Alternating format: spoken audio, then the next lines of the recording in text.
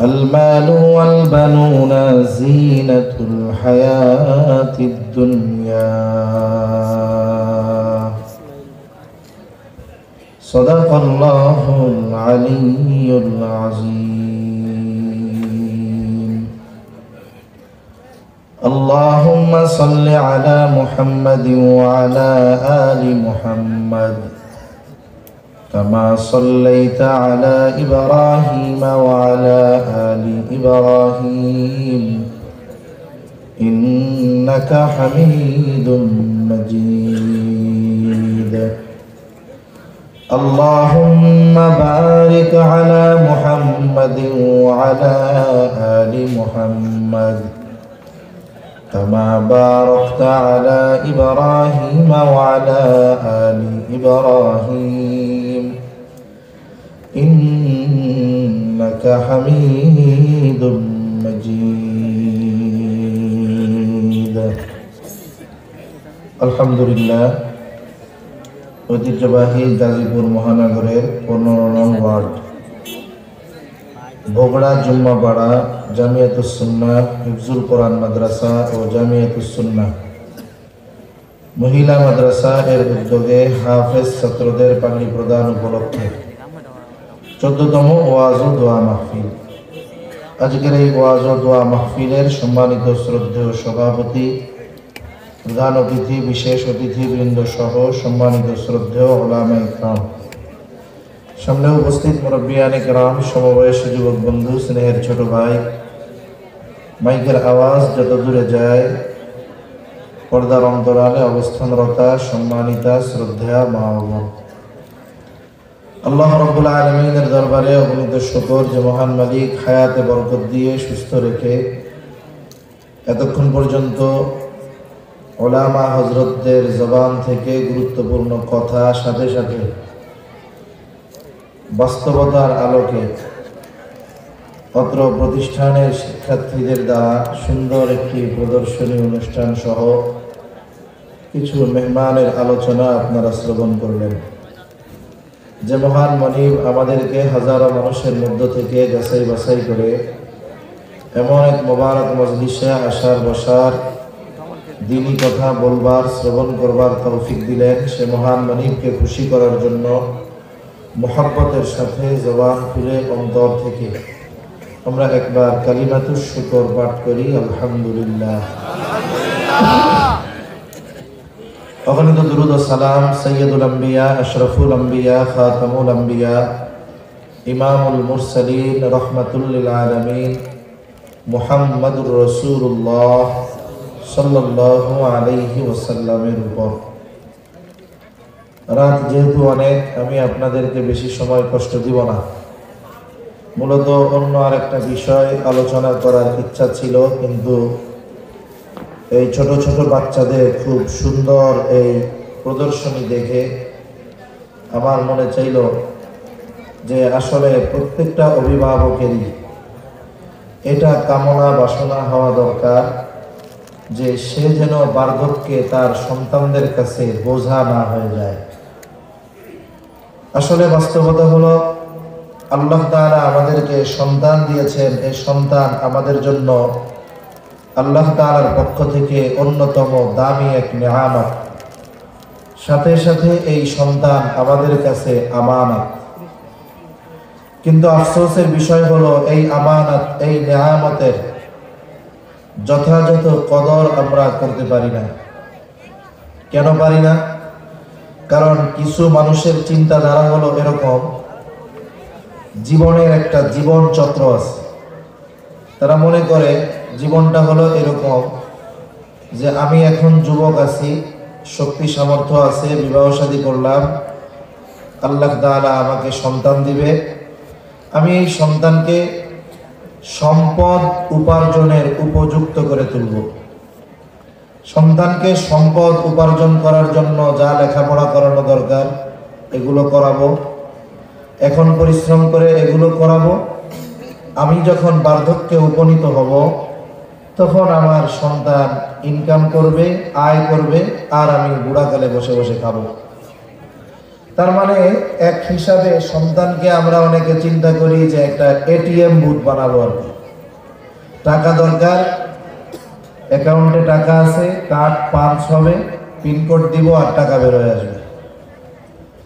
আসলে সন্তানকে ATM booth না বানিয়ে, টাকা উপার্জনের মেশিন না বানিয়ে আমরা যদি বাস্তবিক অর্থে দুনিয়া আখিরাতের সম্পদে পরিণত করতাম, তাহলে আমাদের দেশে সময়ের সাথে সাথে বৃদ্ধাশ্রম বাড়ত না। ঠিক কিনা বলেন? এদেশে সন্তানের দ্বারা মাতা পিতা, বৃদ্ধ মা বাবা নির্যাতনের শিকার হয়, এর সংখ্যা বৃদ্ধাশ্রমে যারা আসে এটা অতি সামান্য একটা সংখ্যা। কিন্তু এর চাইতে আরো অনেক বেশি মানুষ, অনেক বেশি বৃদ্ধ বৃদ্ধা বার্ধক্যজনিত কারণে তাদের সন্তানদের কাছে বোঝায় পরিণত হয়েছে। কতজন সন্তান তার মা বাবাকে গোয়াল ঘরে ফেলে রাখতেছে, কতজন রান্না করে ফেলে রাখতেছে।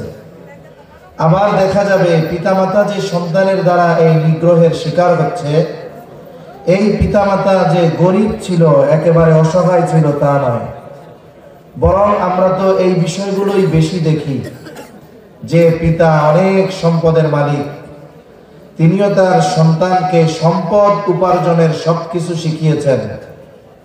জীবনের পড়ন্ত বেলায় এসে ওই পিতা এখন তার সন্তানের কাছে সবচেয়ে বড় বোঝা। এরকম ঘটনা অহরহ আমাদের সমাজে আছে না নাই? অনেক জায়গায় এই অভিজ্ঞতার শিকার আমি হয়েছি। অনেক জায়গায় গিয়েছি প্রোগ্রামে, একজন মুরব্বী আসছেন, বসে আছেন পাশে, খুব আবেগ দরদ নিয়ে বলতেছে যে আপনি আমার ছেলের বয়সী হবেন, আপনার কাছে আমি একটা অনুরোধ করার জন্য আসছি। অনুরোধটা কি? উনি বলতেছে যে আমাকে আপনি যে অবস্থায় দেখতেছেন, আসলে আমি এরকম মানুষ না। আমি বড় চাকরি করতাম, টাকা পয়সার মালিক ছিলাম, আমার 2-3টা সন্তান, আমি তাদেরকে উচ্চ শিক্ষায় শিক্ষিত করার জন্য আমার জীবনের সর্বস্ব আমি তাদের জন্য ব্যয় করেছি। এখন আমার এই সন্তানগুলো সব সেটেল, কেউ ইউরোপে, কেউ আমেরিকায় সেটেল, ঢাকায় তাদের অনেক সম্পদ আছে, টাকা পয়সা, গাড়ি বাড়ি সব আছে। কিন্তু এই জীবনের পড়ন্ত বেলায় এসে যেই সন্তানদের জন্য আমি আমার জীবনের সব কিছু শেষ করলাম, এই জীবনের পড়ন্ত বেলায় আমি অসুস্থ, আমার ওষুধ কেনার টাকা পর্যন্ত আমার এই সন্তানেরা দেয় না। হুজুর একটু ওয়াজ করেন যাতে সন্তানগুলো তার মা বাবার হক আদায় করে, পিতামাতার হকের ব্যাপারে একটু ওয়াজ করেন। লোকটা তো মোটামুটি ডিটেলস আমাকে ওনার অবস্থা বলছে, কয়েক জায়গায় এরকম বলছে আমাকে। তা আমার তখন ওনারে বলতে মন চাইছিল যে আপনি এত কিছু করছেন, কিন্তু সন্তানকে কি কোনোদিন মুসলমান বানানোর জন্য চেষ্টা করছিলেন? এত উচ্চ শিক্ষায় শিক্ষিত করেছেন, আপনি তাকে একটু কি কোরআন শিখিয়েছিলেন? আমার দৃঢ় বিশ্বাস, আমি যদি এই প্রশ্ন তাকে করতাম, সে যদি আমার প্রশ্নের জবাব দিত, আমার মনে হয় জবাবটা এটাই হতো যে না, এই ব্যবস্থা আমি তার জন্য করি নাই। আমাদের সমাজে আমরা অনেক মানুষ মনে করি যে পিতামাতা মনে হয় শুধুমাত্র সন্তানের কাছে হক পাবে। আসলে বাস্তবতা এর ব্যতিক্রম। আপনি একটা ব্যবসায় লাভ কখন পাবেন? আপনি যখন ওখানে যথাযথভাবে ইনভেস্ট করবেন। ইনভেস্টের সাথে সাথে এই বিজনেসের যথাযথ তদারকি আপনাকে করতে হবে। ইনভেস্ট করলেন, তদারকিও যথাযথভাবে যখন করবেন, সময়ের সাথে সাথে এক সময় আপনার ওই ইনভেস্ট থেকে আপনার প্রফিট আসবে, লাভ আসবে।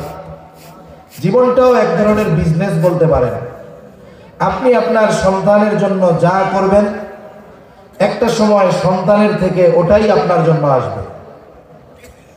আর আমরা মনে করি যে পিতামাতা শুধুমাত্র সন্তানের কাছে হক প্রাপ্য।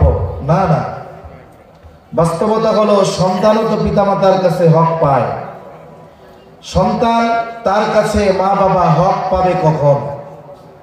একটা 6 বছরের বাচ্চা, 8 বছরের বাচ্চা, আপনি যদি ওই বাচ্চাটাকে বলেন যে আগামীকাল থেকে আমি তোমার বাপ, আগামীকাল থেকে তুমি রিক্সা চালায় আমাকে উপার্জন করে খাওয়াবা, 8 বছরের এই নাবালক বাচ্চাকে আপনি যদি হকের কথা বলে রিক্সা নিয়ে রাস্তায় নামিয়ে দেন, বলে এতে তার কাছ থেকে হক আদায় করা হবে না, বরং তার উপরে জুলুম করা হবে, ঠিক কিনা বলে? তাহলে কথা হলো, পিতামাতা সন্তানের কাছে, ছেলের কাছে হক প্রাপ্য হয় তখন, বলে সন্তান বালেগ হয় যখন।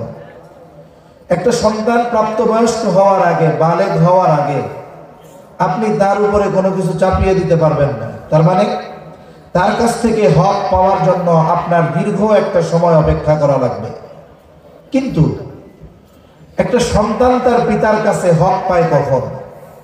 একটি প্রসিদ্ধ ঘটনা আছে যে এক লোক খলিফাতুল মুসলিমিন হযরত ওমর রাদিয়াল্লাহু তাআলা আনহুর কাছে গিয়ে তার সন্তানের ব্যাপারে অভিযোগ দিয়েছে যে খলিফাতুল মুসলিমিন, আমার সন্তান আমার হক আদায় করে না। হযরত ওমর রাদিয়াল্লাহু তাআলা আনহু তাকে ধরছে, কি ব্যাপার, তুমি তোমার পিতার হক আদায় করো না কেন? ছেলেটা প্রশ্নের জবাব দেওয়ার আগে খলিফাতুল মুসলিমিনকে বলতেছে, খলিফাতুল মুসলিমিন, এ কথা বলার আগে আপনার কাছে আমার একটা জিনিস জানার আছে। জিনিসটা হলো, হক কি শুধু পিতামাতাই সন্তানের কাছে পায়? পিতাই শুধু সন্তানের কাছে কি হক প্রাপ্য? সন্তান কি পিতার কাছে কোনো হক পায় না? ছেলেটা প্রশ্ন করেছে খলিফাতুল মুসলিমিন হযরত ওমর রাদিয়াল্লাহু তাআলা আনহু। হযরত ওমর রাদিয়াল্লাহু তাআলা আনহু মৌলিক কয়েকটা হকের কথা বলছেন। এর মধ্যে প্রথম যেটা তিনি বলেছেন যে প্রত্যেকটা সন্তানের তার পিতার কাছে হক একটা দিনদার মা। একটা সন্তানের তার পিতার কাছে প্রথম হক কি? একটা দিনদার মা। ভাই আওয়াজটা ছেড়ে দেন, ড্যাপ ড্যাপ না করে রিভার্ব দিয়ে দেন, তাহলে সুন্দর হবে। আওয়াজ সুন্দর হচ্ছে মাশাআল্লাহ। তাহলে প্রত্যেকটা সন্তানের তার পিতার কাছে প্রথম হক একটা দিনদার মা। জোরে বলেন কি? দিনদার মা। তার মানে যারা বিবাহ করেছে তো করে ফেলছে, কিন্তু যারা বিবাহ করে নাই, বিবাহ হবে কি হবে না আল্লাহ জানে। বিবাহ হলে সন্তান হবে কি হবে না আল্লাহ তাআলা জানে, সেটা তো পরের ব্যাপার। কিন্তু যে বিবাহ করে নাই, তাহলে তাকে বিবাহ করার সময় অবশ্যই মেয়ের দিনদারিত্বকে প্রাধান্য দিতে হবে, ঠিক কিনা বলেন? যারা দেয় নাই, হাদিসের মধ্যে আসছে 4টি জিনিস দেখে বিবাহ করা হয়। কয়টা জিনিস? 1 নাম্বার তার সৌন্দর্য, বংশ, মাল। 4 নাম্বার নবীজি বলেন দিন। তবে দিনের ব্যাপারে স্পেসিফিক ভাবে নবীজি বলেন ফাযফার বিদাতিদ দিন, তোমরা দিনকে প্রাধান্য দাও। একজনের মধ্যে বাকি 3টা আছে, সৌন্দর্য আছে, সম্পদ আছে, বংশ আছে, দিন নাই, বাদ দিয়ে দাও, ওর দ্বারের কাছে যাওয়া যাবে না। কিন্তু তার মধ্যে পরিপূর্ণ দিন আছে, কিন্তু অনেক উচ্চ বংশীয় নয়, অনেক সুন্দরীও নয়, আবার অনেক টাকা পয়সাও নাই, কিন্তু বিয়া হয়ে গেছে। একটু সবর যদি করা যায় তাহলে কি হতে পারে? বলে আল্লাহ তাআলা হয়তো ওই দিনদার কালো গরিব মেয়েটার গর্ভে আল্লাহ এমন সন্তান দান করবে যেই সন্তান পিতামাতার চক্ষু শীতলকরণের কারণ হবে, ঠিক কিনা বলো? আরেকটা জিনিস হলো, বিবাহের আগে স্বাভাবিকভাবে সবাই চামড়ার সৌন্দর্যকে প্রাধান্য দেয় বেশি। এখন বংশ জাতপাত খুব কম দেখে। যারা একটু বুড়া হয়ে গেছে, মুরব্বী, ওনারা এখনো বংশের ব্যাপারে চিন্তা করে। কিন্তু এখনকার তরুণ প্রজন্মের যারা, এরা সবচাইতে প্রাধান্য দেয় বেশি চেহারা, মানে চেহারার সৌন্দর্য। এরপরে মাল সম্পদ থাকলে আর একটু ভালো। কিন্তু বাস্তবতা হলো, একটা মানুষ বিবাহের আগে চেহারার সৌন্দর্যকে প্রাধান্য দেয় ঠিক, কিন্তু বিবাহের পরে চেহারার সৌন্দর্যের চাইতে চারিত্রিক সৌন্দর্যের দাম তার কাছে বেশি হয়ে যায়। এজন্য একটা সমীকরণ দেখলাম পত্রিকায় বেশ আগে, যে বিবাহ বিচ্ছেদ যা হয় এই বিবাহ বিচ্ছেদের ক্ষেত্রে প্রায় 80% মেয়ে যারা, তারা দেখতে সুন্দরী। কারণ কি?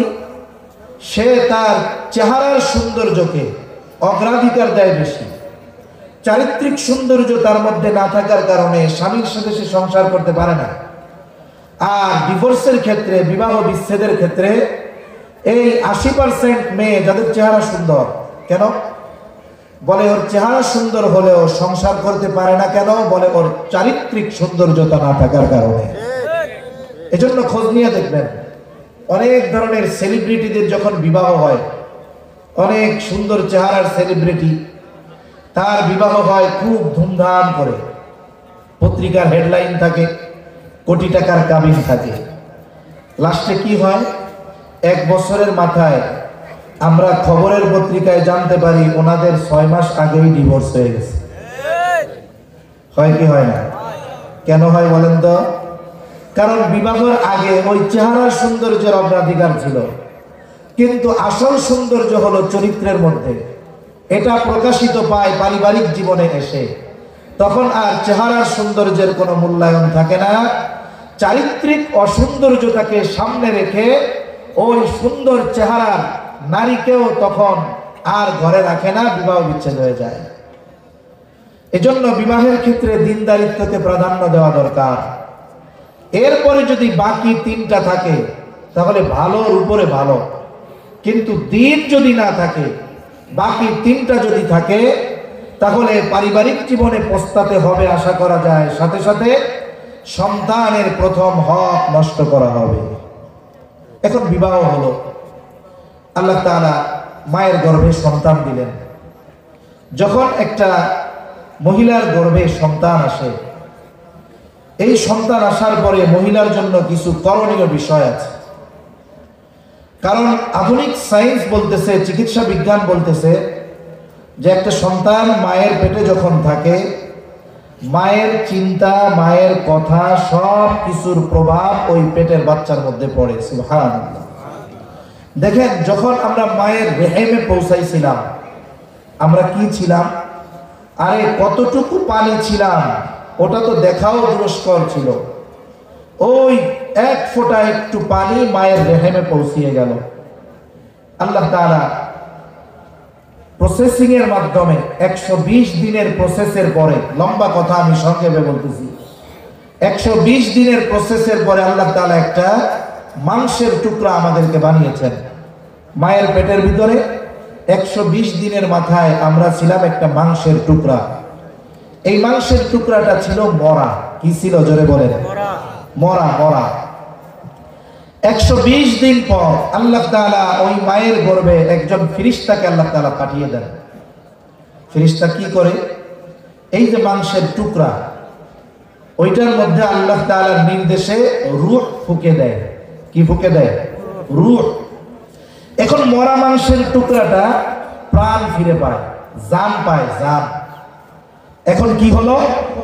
এই মরা মাংসের টুকরাটা প্রাণ পাওয়ার পরে মা অনুভব করতে পারে যে আমার পেটের বাচ্চাটা নড়াচড়া করতেছে। অথচ ওই সময় পর্যন্ত মায়ের পেটের ভিতরে তার হাত হয় নাই, পা হয় নাই, চোখ হয় নাই, কান হয় নাই, কিছুই হয় নাই, শুধু একটা মরা মাংসের টুকরা হয়েছে। সর্বপ্রথম মানুষের হার্ট তৈরি হয়। কি তৈরি হয়? আর একটা মানুষের হার্ট যতক্ষণ সচল থাকে ততক্ষণ তাকে জীবিত বলে সাব্যস্ত করা হয়। একটা লোক দুর্ঘটনায় পড়েছে, গোটা দেহ তার নিথর, কিন্তু ডাক্তার পরীক্ষা করে দেখলেন এখনো তার হার্টবিট আছে। ডাক্তার হার্টবিট যতক্ষণ থাকবে ততক্ষণ তাকে মৃত বলে সাব্যস্ত করবেন না। গোটা দেহ সুস্থ থাক, হার্টবিট বন্ধ হয়ে গেল তো এটা মরা। যখন একটা বাচ্চার হার্ট তৈরি হয় মায়ের পেটের ভিতরে, হার্ট, হৃদয়, ওই সময় থেকে নিয়ে মায়ের হার্টের সাথে, হৃদয়ের সাথে তার একটা কানেক্ট হয়ে যায়, সম্পর্ক হয়ে যায়। তার মানে মার চিন্তা ভাবনা, অনুভূতি, এগুলোর সব প্রভাব গর্ভের ওই বাচ্চার উপরে পড়তে থাকে। সুবহানাল্লাহ। তাহলে চিন্তা করেন, আমলের কথা পরে রাখলাম, মায়ের গর্ভে সন্তান আসার পরে ওই মায়ের চিন্তাধারার মধ্যেও পরিবর্তন আনতে হবে। তার চিন্তাধারা যদি নেগেটিভ থাকে তাহলে এই নেগেটিভ চিন্তাধারার প্রভাব তার বাচ্চার মধ্যে পড়বে। যদি তার চিন্তাধারা পজিটিভ থাকে, ভালো থাকে, তাহলে এই চিন্তার প্রভাব তার বাচ্চার মধ্যে পড়বে। এরপরে আল্লাহ তাআলা আস্তে আস্তে আমাদের এই গঠন আল্লাহ তাআলা মায়ের পেটের ভিতরেই তৈরি করেন। হাত হলো, পা হলো, কান হলো, এখন সে শ্রবণ শক্তি পেল। চিকিৎসা বিজ্ঞান বলে মায়ের পেটের ভিতরে বাচ্চা সব কথা শুনতে পায়। মা যা বলে তাও শোনে, মা যা শোনে তাও শোনে। বাহিরের কেউ যদি কথা বলে এটাও ওই বাচ্চা মায়ের পেটে শুনতে পায়। সুবহানাল্লাহ বলে। দুনিয়া আসার আগে আল্লাহ তাআলা তাকে শ্রবণ করার ক্ষমতা দিয়ে দেন। এই বিষয়গুলো নিয়ে গবেষণা করে আমেরিকার একজন ডাক্তার, উনি প্রেগন্যান্ট মহিলাদের নিয়ে সেমিনার করছেন। উনি বলতেছেন যে শোনেন, আপনারা যদি চান আপনার সন্তান ভালো গায়ক হবে, তার কণ্ঠস্বর ভালো হবে, তাহলে আপনারা গান শুনবেন, নিজেরা গান গাইবেন। এক কথায় আপনি আপনার সন্তানকে যেমন চান আপনি তেমনটা করবেন। এখন বলেন তো, কেউ যদি গান শুনলে তার সন্তান ভালো গায়ক হয়, সুর ভালো হয়, তাহলে ওই মা যদি সন্তানকে পেটে নিয়ে কোরআন পড়ে, ওই সন্তান কি কোরআনওয়ালা, কোরআনের মহব্বতওয়ালা হবে কি হবে না? যদি সন্তানকে পেটে নিয়ে দুরূদ শরীফ বেশি বেশি পড়ে, আশা করা যায় ওই সন্তান নবী প্রেমিক হবে কি হবে না? আমরা অনেক ওয়াইজদের মুখে ঘটনা শুনতাম কুতুবউদ্দিন বখতিয়ার কাকি রহমাতুল্লাহি আলাইহির ব্যাপারে। বলে ওনার যখন 6 বছর বয়স, 6 বছর বয়সে ওনার মা ওনাকে নিয়ে গেছে এক মক্তবে, ওস্তাদের কাছে আলিফ বা তা সা শেখানোর জন্য। ওস্তাদ ছাত্রকে পড়াবেন, উনি শুরু করছেন আউযু বিল্লাহি মিনাশ শাইতানির রাজীম, বিসমিল্লাহির রহমানির রহিম। কুতুবউদ্দিন বখতিয়ার কাকি রহমাতুল্লাহি আলাইহি পড়েন আউযু বিল্লাহি মিনাশ শাইতানির রাজীম, বিসমিল্লাহির রহমানির রহিম। ছোট বাচ্চা এরপরে তিলাওয়াত শুরু করে দিয়েছে সূরা ফাতিহা, সূরা বাকারা, সূরা আলে ইমরান, সূরা নিসা, মায়েদা, এভাবে একাধারে পড়তে পড়তে 18 পারায় গিয়ে পড়া শেষ করেছে। ওস্তাদ মাকে উদ্দেশ্য করে বলে, আপনি আপনার সন্তানকে এনেছেন আলিফ বা তা সা শেখানোর জন্য, আপনার ছেলে দেখি 18 পারা আমাকে শোনায় দিল, আপনি কি হাফেজা? এইবার কুতুবউদ্দিন বখতিয়ার কাকির মা বলে, না, আমি পূর্ণাঙ্গ কোরআন হিফজ করতে পারি নাই, তবে 18 পারা হিফজ করেছি, এরপরে আমার বিবাহ হয়ে গেছে। বলে, আপনি কি আপনার সন্তানকে কোরআন পড়া শিখিয়েছেন নাকি? বলে, না। কি করছেন? বলে, আমি তাকে শিখাই নাই, তবে আমি তাকে কোরআন শুনিয়েছি। বলে, আমার এই সন্তান যখন আমার গর্ভে এসেছে, দুনিয়ায় আসার আগ পর্যন্ত আমি যে কত শতবার এই সন্তানকে পেটে রেখে 18 পারা তিলাওয়াত করেছি, এর কোনো হিসাব নাই। ব্যতিক্রম হলো এই জামানার, যখন কোন মায়ের গর্ভে সন্তান আসে, আগের মতো সে নড়াচড়া করতে পারবে না, বাহিরে যেতে পারবে না, ডাক্তার রেস্টে থাকতে বলেছে। এইবার কি করে? স্বামীর কাছে বলে, স্বামী, আমি তো 8-9 মাস জেলখানায় থাকবো, গৃহবন্দির মতো, একাকী সময় কাটানো আমার জন্য বড় কঠিন। এক কাজ করেন, এখন আমার একটা আপনি টাচ ফোন কিনা দেন। স্বামীও চিন্তা করে, হ্যাঁ, কথাটা তো খারাপ হয় নাই, কিনা দেই। এখন বলে, টাচ ফোন দিয়ে কি করব? এটা তো মরা, যদি ইন্টারনেট না থাকে, একটা ইন্টারনেটের সিম কিনে দেন। এইবার একটা ইন্টারনেটের সিম কিনে দিল। কিছুদিন পর পর খালি এমবি রিসার্চ করা লাগে। এইবার স্বামীকে বলে, স্বামী, অনেক টাকাই তো খরচ হয়, মাঝে মধ্যে এমবির জন্য আপনার রাত্রে ফোন দেওয়া লাগে। সব বাদ দিয়া আমাকে হাই স্পিড ওয়াইফাই লাইন লাগায় দেন, মাসে মাসে বিল দিব, আনলিমিটেড ইন্টারনেট চালাবো। দেখা যাবে আনলিমিটেড ইন্টারনেট পেয়ে ওই মহিলা এইবার গান শুনে, নাটক দেখে, সিনেমা দেখে, আর এই দেখার চিন্তার পূর্ণ প্রভাব তার গর্ভের বাচ্চার উপরে গিয়ে পড়ে। কুতুবউদ্দিন বখতিয়ার কাকির মা বলে, আমি আমার সন্তান পেটে নিয়ে কতবার যে এই 18 পারা তিলাওয়াত করেছি তার কোনো হিসাব নাই। এই জন্য কি হয়, বলে মোবাইল দেখে যেই মা ওর সন্তান যখন দুনিয়ায় আসছে কান্নাকাটি করে, ওইটা 2 দিন বয়সের হোক আর 3 দিন বয়সের হোক, ওর সামনে নিয়ে মোবাইলটা চালায় দিবেন, কান্না করার সময় চ্যালেঞ্জ দিলাম, কান্না থেমে যাবে। কেন? বলে ওকে তো পেটের মধ্যে থেকেই মোবাইল মিস্টার বানায় নিয়ে আসছেন, এই জন্য এর প্রভাব তার অন্তরের মধ্যে, কানের মধ্যে গেছে আওয়াজ, এর প্রভাবটা তার মধ্যে পড়েছে।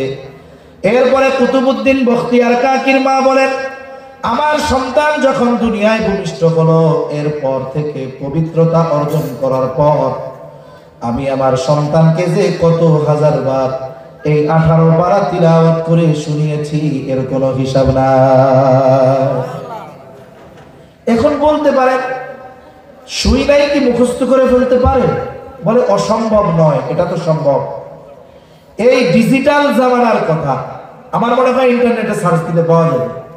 সম্ভবত আলজেরিয়ার একটা বাচ্চা আছে, মায়ের কোলের মধ্যে হাফ প্যান্ট পরা, ছোট বাচ্চা, 3-3.5 বছর বয়স।